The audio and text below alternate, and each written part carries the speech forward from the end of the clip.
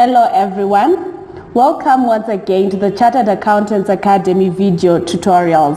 My name is David Zoparadzai, and in this video tutorial, I'm going to take you through a revision of ITC Mock 2, Paper 4, that is Part C and Part G. Part C read, discuss how you will satisfy yourself as to the validity of the 15,000 sale by Tangana to Ferry Farms. Discuss how you will satisfy yourself as to the validity of the 15,000 sale by Tangana to Ferry Farms. How to approach the question. Did you understand the transaction?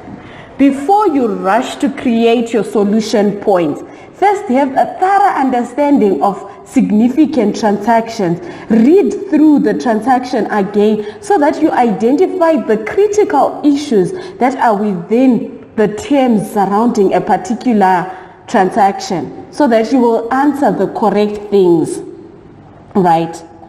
So, who were the parties involved? Did you understand exactly what the transaction was getting to? It was not an ordinary sale of 15,000. So there were conditions to say, as per the agreement between Planet and the sellers of Tangana, if Tangana's net profit before tax for the year ended 28 February 2019 is less than 50,000, the purchase price will be reduced by 20%. If Tangana's net profit before tax for the year ended 28 February 2020 is less than 65,000 USD, the price is reduced by a further 10%. Moving over to how to approach the question, right? The draft financial statements of Tangana for 2019 show a net profit before tax of 51,000. Included in Tangana's revenue for the 2019 financial year is an invoice to a customer, Ferry Farmers, for 15,000 USD, issued on 18 January 2019, that was still unpaid as at year end. At the date of the audit by the component auditors in April 2019, no payment had been made towards the invoice. Ferry Farmers is owned by Mrs. Ferry, one of the sellers of shares in Tangana. Mrs. Ferry confirmed that the invoice is in respect of seeds that were sold to Ferry Farms and that the sale was made on the basis that Ferry Farms will pay the 15,000 US dollars due to Tangana once Planet pays the final outstanding amount still due for the shares acquired for the 65% shareholding in Tangana. So through reading this, can you tell that Ferry Farms was used so as to achieve contingents that was set within contingent consideration? Mrs. Ferry is a related party. Until year end, the amount had not been paid up. Could it be because this sale towards year end was only meant to boost the profit before tax of Tangana?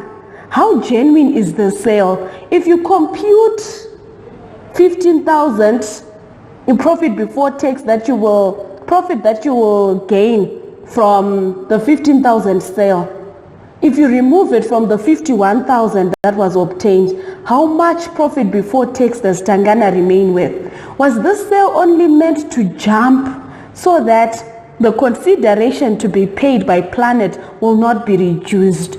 So try and have a thorough understanding of what happened so that when you go and audit the sale transaction, it's not an ordinary sale. It's a sale that has happened towards year end, maybe because Tangana wants to achieve a profit before tax which is above 50,000 so that their consideration which they're supposed to receive from Planet is not reduced. There were terms and conditions surrounding Tangana and Planet, therefore Ferry Farms was involved for the sale, to selling seeds to them. Did they really need the seeds? How then do you satisfy yourself to the sale of 15,000? There is a motive for management to manipulate the net income so that the consideration paid by Planet will increase. It will not be reduced if profit before tax is above 50,000. Therefore, when auditing this transaction related to Mrs. Ferry, related to Ferry Farmers, exercise professional skepticism even on the assurances that you got from Mrs. Ferry regarding the legitimacy of this transaction. Calculate the net profit on the 15,000. If you realize that the net profit on the 15,000 is just meant to jump just above 50,000, it may be an indication that the sale was meant to move Tangana's profit before tax. You could ask yourself, why did the transaction occur close to year end? Is it a fraudulent transaction? Send out a confirmation letter to Ferry Farms and ask them what was their objective. Did they really need the seeds? How often do they buy seeds from Tangana, right? Examine delivery notes related to the sale so that you actually tell, yes, seeds were delivered to the tune of how much? 15,000. They actually needed the seeds. Inspect board minutes so that you confirm there was a related party transaction and it was what? It was approved. Have there been any similar transactions in the sales ledger of Tangana selling to Ferry Farms? You want to confirm the legitimacy, the validity of the 15,000 sale. Inspect Tangana's annual financial statements disclosures for the related party sale disclosed as per IS 24 so that you confirm that surely Tangana really sold to Ferry Farms and it was a legitimate sale, not only meant for jumping a profit before tax of 50,000 so as to maintain consideration which is high. What were the common mistakes? Creating solution points without understanding the transaction. If you did not understand the underlying issue, you were going to go generic. You were going to audit a sales transaction when as there are underlying factors, there is consideration that is going to increase or stay where it is in the event that profit before tax hits 50,000, right? That if you missed that there is a related party transaction, it would have spoiled your solutions and you could not get more marks. The other common mistake was writing solution points on audit procedures that were satisfactorily performed by the component auditors. You were told the component auditors did work already, right?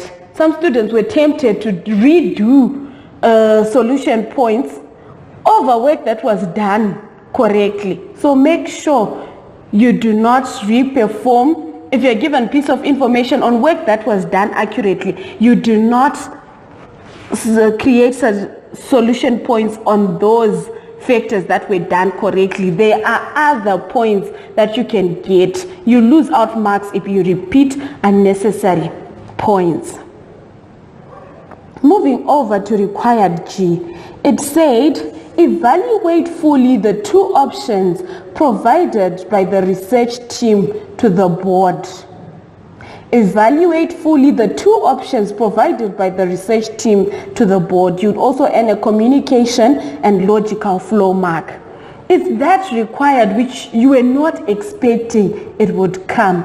But don't have a mind block. Try to think there and then. Try to relate what is happening. This is option 1. This is option 2. Discuss both options, right? Come up with a conclusion following your what? Following your discussion. So, evaluate fully option 1 and 2. What are the merits of option 1? What are the demerits of option 1? Option 2, merits and demerits. That way you generate more marks. So, option 1. When you read the scenario, try to break it down so that you will touch on every factor that you've been told and analyze it to generate your solutions. An Indian firm that has developed software and machinery for image-based solution and precise farming has been identified by the research team. So, should we take them up to come and implement the machinery and software for precise farming for planet? They have done the work before, they have developed the software and machinery. Chances are they are conversant with the software, with how the machinery works, right? So we can take them up because they are knowledgeable. They do it every day. It's their product. It's a complete set. You buy software, machinery, it's installed by the people who developed it. Chances are their implementation will be super. So let's take them. They expressed interest to supply Planet with a complete set of products. Its complete implementation is likely going to be successful without any glitches. They are open to negotiations over payment terms, right? Which is good. We negotiate the payment terms. This is capex. This is heavy for the company. But you can pay over time, right? So we're likely going to be interested in having them implement the software and machinery for us. But they would like to be paid using bitcoins. Bitcoins in Zimbabwe. The RBZ banned the use of bitcoins in Zimbabwe. Therefore, it's a demerit for us to take option 1 because we'll not be able to pay using bitcoins, right? What then do we do? You continue to analyze option 1 with the information that you are given. Can we negotiate to pay using United States dollars? Does Planet have United States dollars readily available, right? Can they go to the interbank market and get foreign currency? Are they selling in foreign currency? How best can they pay the Indian supplier, right? Are they there on the foreign currency priority list so that they can get United States dollars to settle? You are now using your business acumen, your environmental awareness to say, given the settlement using bitcoins, is it possible, right? The Indian firm will provide training to Planet staff and will send in technicians to set up the system, which is good.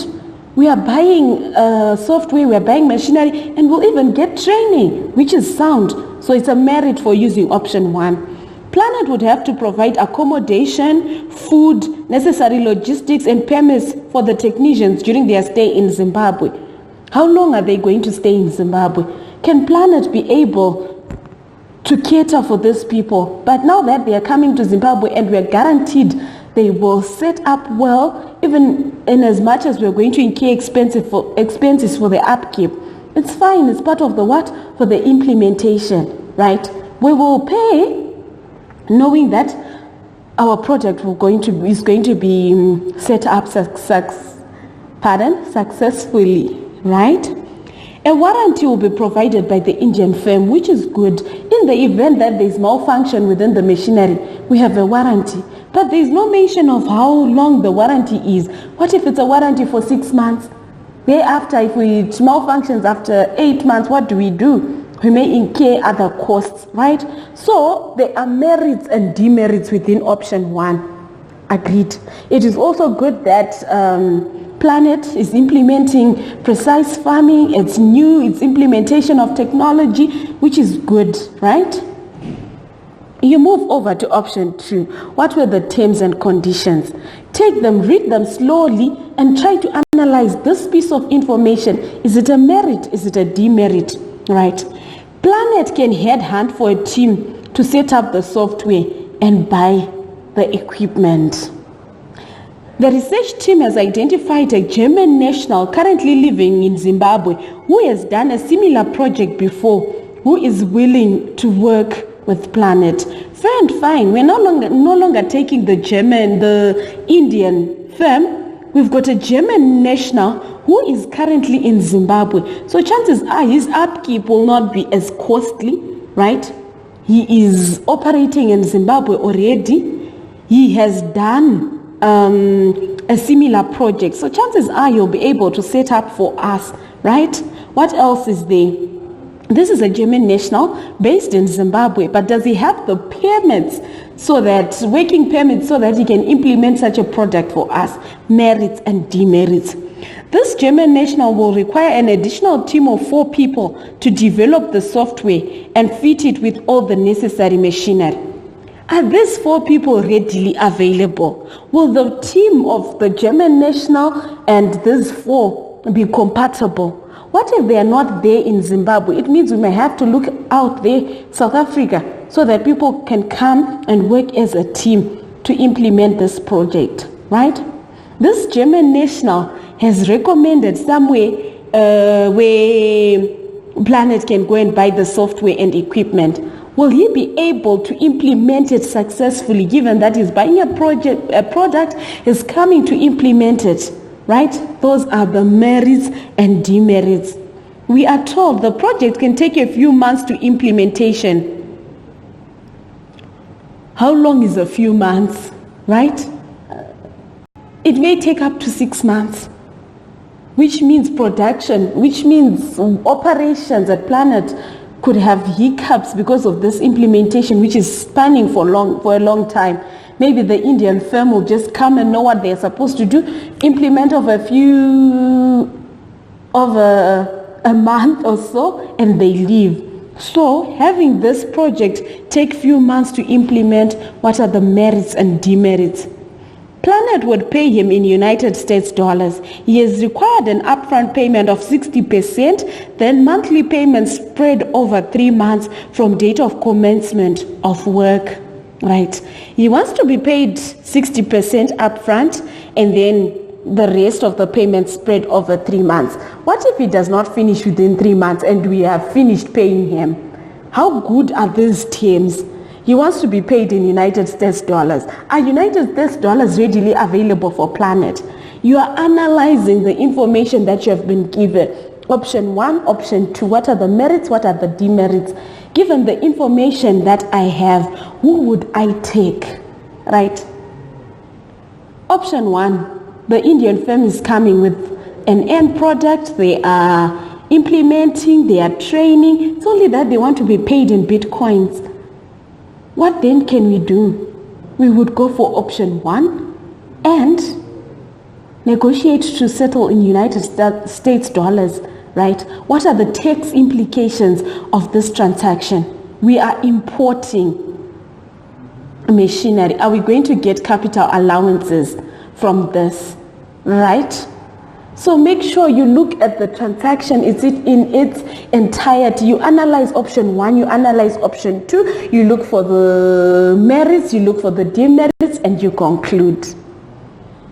What were the common mistakes? Performing general substantive procedures.